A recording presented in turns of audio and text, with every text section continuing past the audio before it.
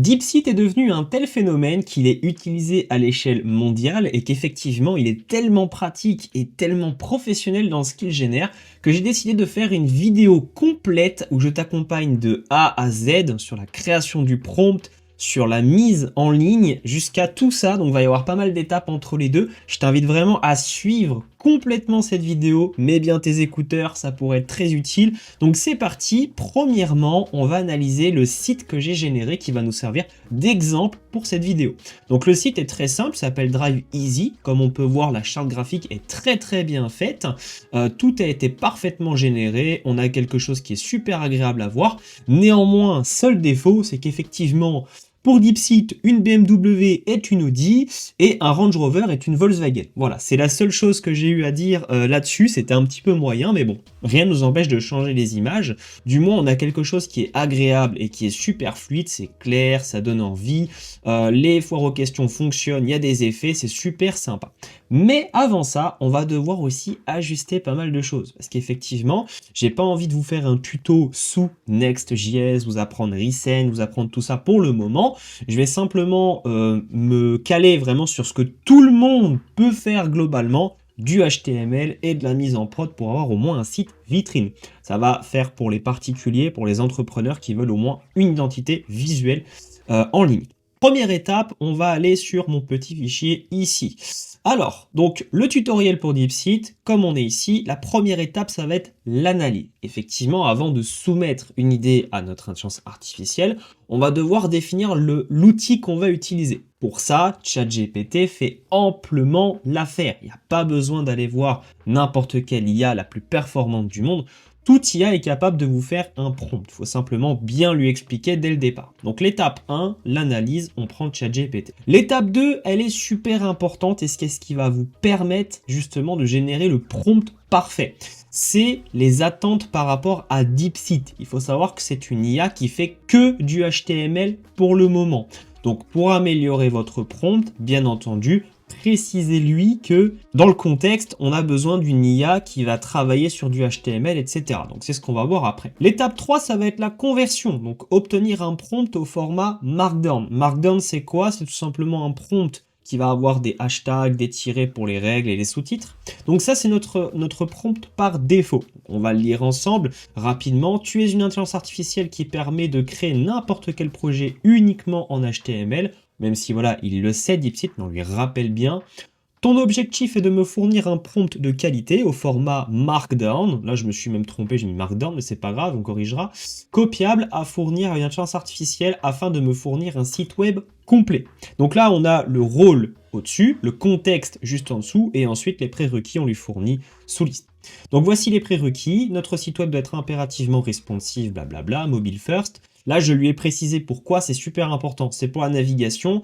Privilégier un affichage en colonne ou grille selon la taille. Ça va être plus pratique en somme, pour justement mieux assister la responsive du site. Respecter à la lettre la structure suivante, donc un header avec navigation et menu hamburger sur mobile, avec hero, about, feature, testimonial, fact, contact et footer. Ensuite, le style utilisé doit être harmonieux, couleur claire, contrastée, adaptée pour une entreprise de service et de location de voiture. Le CDN de Tailwind, même s'il le met à chaque fois, on lui précise quand même. Pas de style CSS classique, sauf si strict nécessaire. Image provenant de Unsplash, l'une des plus grandes bibliothèques, et aucun commentaire dans le code. Donc ça, c'était le prompt que j'ai fourni à ChatGPT, qu'on peut d'ailleurs retrouver juste ici. Et en soit, voilà, donc j'ai utilisé le ChatGPT O4 Mini High, qui est quand même plus pratique à ce niveau-là. Et ensuite, il m'a rédigé le prompt de manière optimale, voilà, qu'on va pouvoir utiliser et que j'ai pu fournir du coup à DeepSeek. Alors bien entendu, n'oubliez pas de vous connecter quand vous utilisez DeepSeek, sinon vous risquez d'avoir le fameux message « Vous avez atteint la limite ». C'est gratuit bien entendu, sauf si vous l'utilisez en local, là il y a des frais parce que vous avez votre propre token d'inférence, mais ici c'est gratuit, après il ne faut pas non plus en abuser. Donc là on est connecté, mais bien sûr, une fois qu'on a notre code, on ne va pas le laisser sur l'espace de DeepSeek. Bien sûr que non. Donc c'est à partir d'ici que lorsqu'on a donc on est à l'étape 4 de soumission, on donne notre prompt, celui-ci à DeepSeek, et on obtient le résultat que vous venez de voir juste ici, qui est exactement le même, avant que j'ai fait quelconque modification. Quand on revient dans notre tutoriel, la sauvegarde. Ça, c'est important. Pourquoi? Parce que vous n'allez pas le publier sur DeepSeek. Non, vous allez le garder en local. Donc, ce qui est super important, c'est que sur votre bureau, ici, on peut prendre l'exemple. J'ai créé un dossier Drive Easy, peu importe, et dedans, vous ouvrez par exemple avec votre curseur et vous créez un fichier tout simplement ici qui va s'appeler index.html. Et à partir de là, vous pouvez coller votre code. Vous le sauvegardez et au moins il est là. Il ne bougera pas, il est sur votre ordinateur, vous ne risquez pas de le perdre. À partir d'ici, on n'a plus besoin de DeepSeek pour les modifications, on va tout faire avec Cursor. Si vous n'avez pas envie de payer, bien sûr, vous pouvez faire autrement. Vous pouvez vous orienter vers Gemini, avec le Canva, mais ce sera un peu moins pratique, vous n'avez pas autant de personnalisation. Après, vous avez Augment, vous avez Continue, vous avez Super Maven, enfin, vous avez plein de trucs avec Windsurf, des éditions gratuites. N'hésitez pas à profiter en fonction de ce que vous avez. Plus c'est simple, mieux c'est. Donc une fois qu'on a fait ça, on a sauvegardé notre code. Donc là maintenant, on va pouvoir le modifier comme on le souhaite. Donc très simple, on a plusieurs options pour modifier notre code sur Cursor, sur VS Code, peu importe, vu que c'est un fork. Ici, par défaut, on a, alors moi je suis sur Mac, donc bien entendu, après adapté selon vous. Imaginons là sur notre site, on vient de voir qu'on a par exemple une balise vidéo qui est ici. Moi j'en veux pas de la balise vidéo, j'ai envie de l'enlever. Je vais vraiment faire au plus débutant, hein, comme si vraiment je connaissais rien, pour que la majorité puisse interpréter ce que je dis. Donc ici, au lieu d'aller chercher dans notre code, moi je sais où elle va être, elle est là, la balise vidéo. Mais si jamais vous n'avez pas envie de niquer vos crédits, que vous avez envie simplement de faire une recherche, vous faites un petit commande F, vous allez chercher vidéo et hop, elle est ici. Alors, on va pas devoir juste supprimer le texte vidéo, on va devoir supprimer la balise associée. Ici, comme on peut voir, notre vidéo, elle est dans un bouton. Il faut un minimum connaître un petit peu le langage HTML pour le modifier, ce serait quand même plus pratique. Donc ce qu'on va faire, c'est qu'on va juste supprimer ce bouton. Voilà, on va juste faire un petit retour arrière, et comme on peut voir, magie, il n'est plus là. Donc ça, c'était l'un des premiers ajustements. Soit vous le faites avec, bien entendu, le CTRL F ou commande F sur Mac, vous supprimez les balises et vous regardez dans votre code, ou alors vous demandez à l'IA tout simplement d'enlever tel bouton. Par exemple, là, on va faire avec l'intelligence artificielle. Qu'est-ce qu'on va pouvoir lui demander? Notre flotte. Voilà, par exemple, on a le bouton ici, voir toute la flotte. On n'a pas particulièrement rajouté de choses dans notre design, donc forcément on n'en a pas besoin. Donc ce qu'on va faire, c'est qu'on va rechercher, voilà, une flotte variée constamment. Donc on peut voir ici notre flotte, vehicle section. Donc on peut naviguer d'ailleurs ici jusqu'à trouver le bouton. Donc là on l'a trouvé, le bouton, voir toute la flotte. Et si jamais vous ne savez pas qu'on peut l'enlever par intelligence artificielle, eh bien c'est très simple. Ici, on va faire un petit commande I. On va du coup ouvrir en auto-select l'agent de cursor, supprime le bouton voir toute la flotte, ligne 296. Donc là, forcément, il va savoir où c'est. Alors, je suis en slow request, en plus, vous voyez, ça va très vite. Il va le supprimer par défaut, sans modifier quoi que ce soit. Mais bien entendu, vous vous doutez bien que c'est quand même plus simple de le faire soi-même. Voilà, vous avez vu que ça n'avait pas forcément de sens de le supprimer avec l'IA, vous pouvez le faire sans bousiller des crédits. Mais si jamais vous n'êtes pas confiant, que vous dites non, tiens, je préfère que ce soit l'IA qui le fasse, il n'y a pas de problème, elle peut le faire même en slow request. Donc là, comme on peut voir, voilà, notre bouton a disparu sans aucun problème. Chose un petit peu plus particulière, bien entendu, si jamais vous ne connaissez pas nécessairement le code HTML et que vous ne savez pas quelle classe utiliser pour recentrer, parce que moi, par exemple, moi, ça m'embête. Voilà, moi, j'aime bien que dans un site responsive, les choses soient centrées. Donc là, c'est pas très compliqué. Si jamais la fenêtre voulait bien revenir comme elle le voulait. Quand on va regarder dans notre code, si on regarde au niveau des assurances, etc. Donc là, on a notre section avec un padding au niveau de l'espace de 16, un BG White, conteneur MX Auto PX4. Mais on n'a pas nécessairement d'éléments qui nous permettent de centrer. Donc ce qu'on va faire, nous, tout simplement, c'est qu'on va tout simplement mettre une classe text center. Donc si jamais on fait ça, bien entendu, on va pouvoir voir que nos éléments, si jamais ça voulait bien, voilà, le text center a bien mis nos éléments au centre. Mais si jamais vous ne savez pas, il n'y a pas de problème. Ce que vous faites, c'est que vous allez prendre la section complète, voilà, comme ceci. J'ai vraiment dit que je faisais au plus simple. J'ai besoin que tu centres tout élément dans la section service. Voilà, vous faites ça, vous ne touchez à rien, c'est l'intelligence artificielle qui va le faire, elle va automatiquement détecter, donc c'est pour ça qu'il faut bien lui dire, j'ai besoin que tu centres tout élément dans la section de service, n'hésitez pas à lui proposer d'aller voir exactement où c'est, voilà, comme ça elle va revoir un petit peu les choses, on fait accepter, on va voir un petit peu les modifications qu'elle nous fait, et voilà.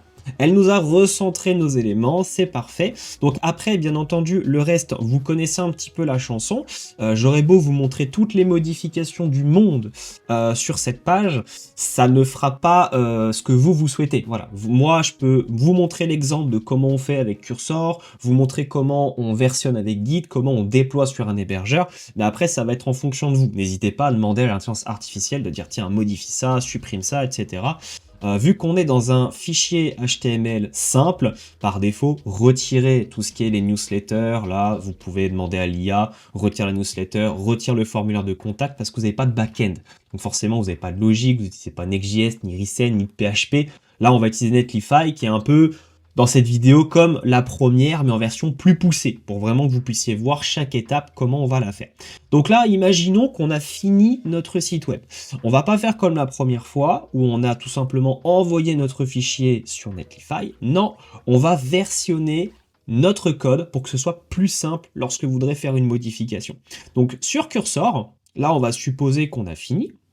Donc par défaut, il ne faudra pas oublier de vous créer un compte GitHub. Si vous ne savez pas comment vous créer un compte GitHub, vous allez sur github.com tout simplement, vous créez un nouveau fichier, un nouveau profil, pardon, et ensuite vous allez dans la section des repositories. Donc par défaut, quand vous êtes dans Home, vous verrez que vous serez ici, voilà, on va dans New. Sur mobile, c'est un petit peu différent.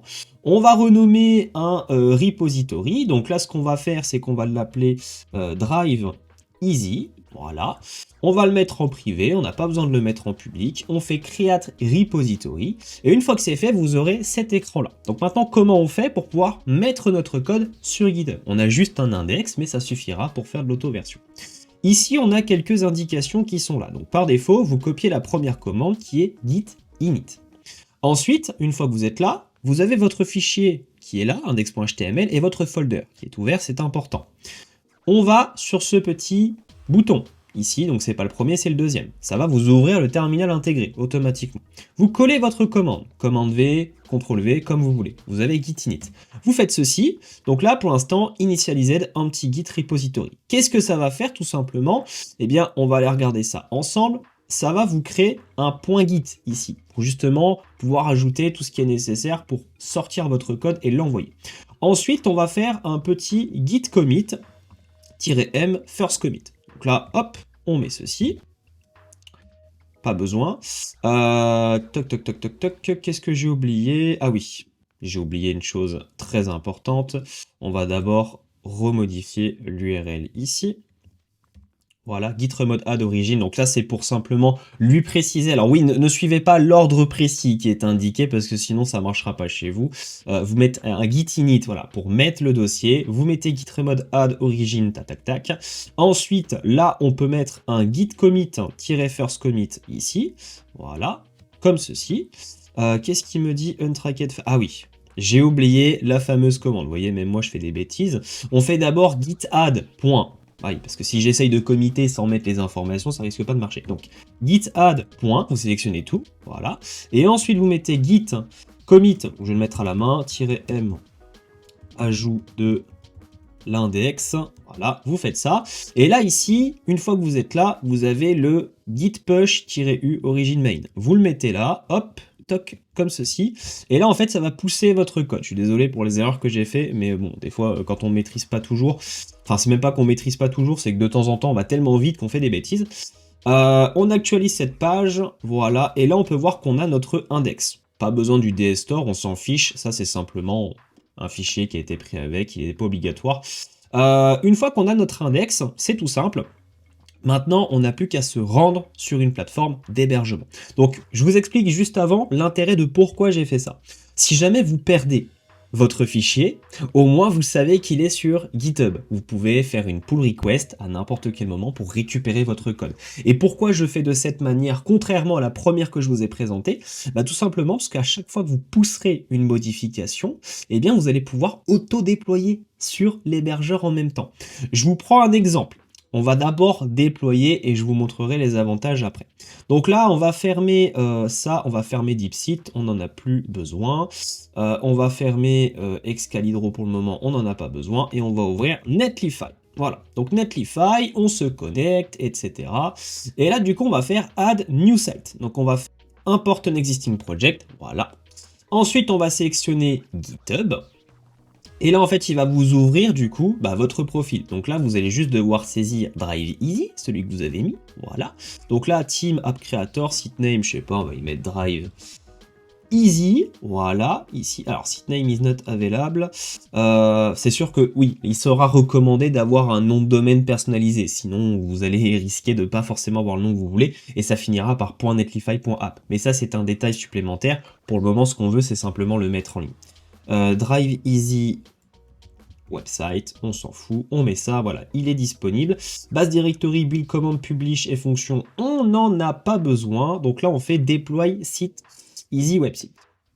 Donc là, pour l'instant, on attend, donc ça va pas être très long, forcément. On a juste un index.html, ça va aller très vite. Donc pour l'instant, on patiente. Si jamais je ferai une coupure, si jamais c'est trop long.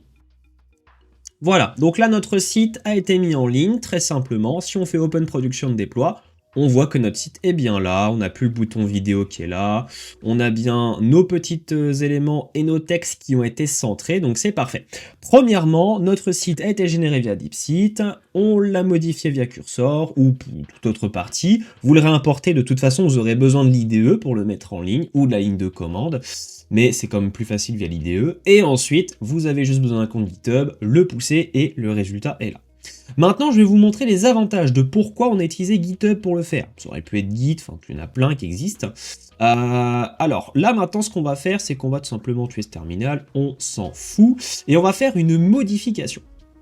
Donc, on va aller, pas sur celui-ci, mais sur celui-là.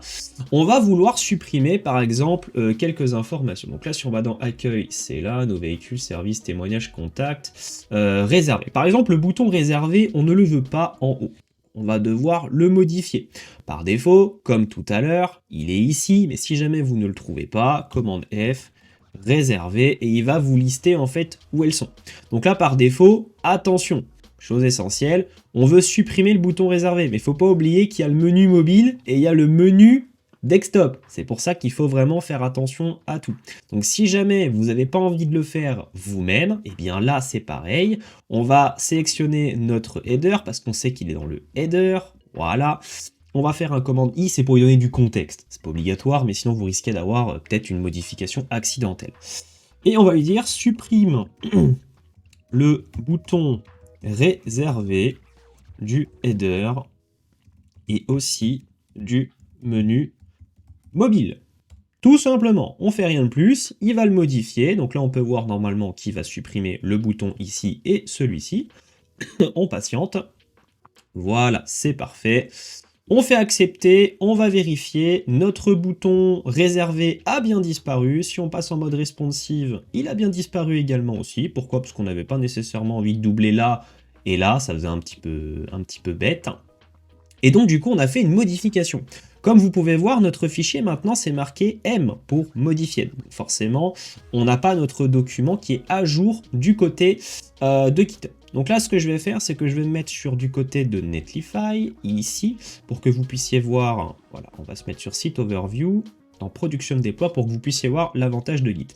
Donc là, maintenant, on va réouvrir notre terminal, on va faire un Git statut. Là, il voit que index.html a été modifié. Forcément, maintenant, ce qu'on va faire, c'est git add.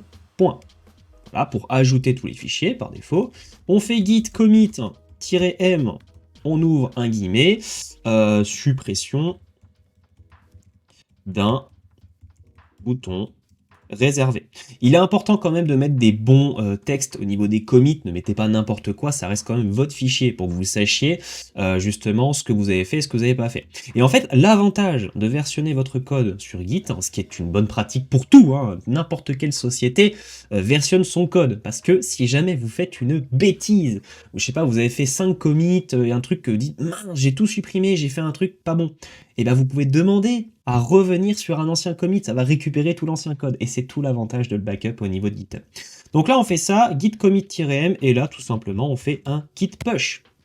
Il va remettre à jour votre code sur GitHub, tout simplement, voilà, ici comme on peut voir, hop, mise à jour, no, et maintenant si on va sur Netlify, on recharge notre page et on peut voir ici qu'on a un nouveau build qui vient de se lancer parce qu'il a automatiquement détecté. Donc comme on pourra voir, c'est très très rapide, forcément, on n'a qu'un seul fichier, c'est pas un projet Next.js, donc ça risque d'aller très vite. On va juste attendre, voilà, le déploie est fait, on réouvre notre site et ça y est, notre bouton réservé a disparu. Je vous ai montré en une vidéo de seulement moins de 22 minutes comment générer un site, comment le stocker, comment le sauvegarder, le modifier, l'envoyer sur Git et le déployer. Maintenant, la seule chose que vous avez besoin de faire, et ça, il n'y a pas de magie, bah, c'est tout simplement de passer du temps sur votre template, le modifier comme vous voulez. L'IA est suffisamment intelligente, simplement pensez à lui fournir les bons prompts et vous verrez que vous y arriverez. Si jamais cette vidéo vous a plu, n'hésitez pas à me le faire savoir en vous abonnant, ça me ferait très plaisir pour le développement de la chaîne, à lâcher un pouce bleu, un commentaire. Vous pouvez discuter avec moi sur mon portfolio, avec mes mentions de contact, tout ce que vous voulez, ou dans les commentaires, et on se retrouve bientôt sur ce bye bye.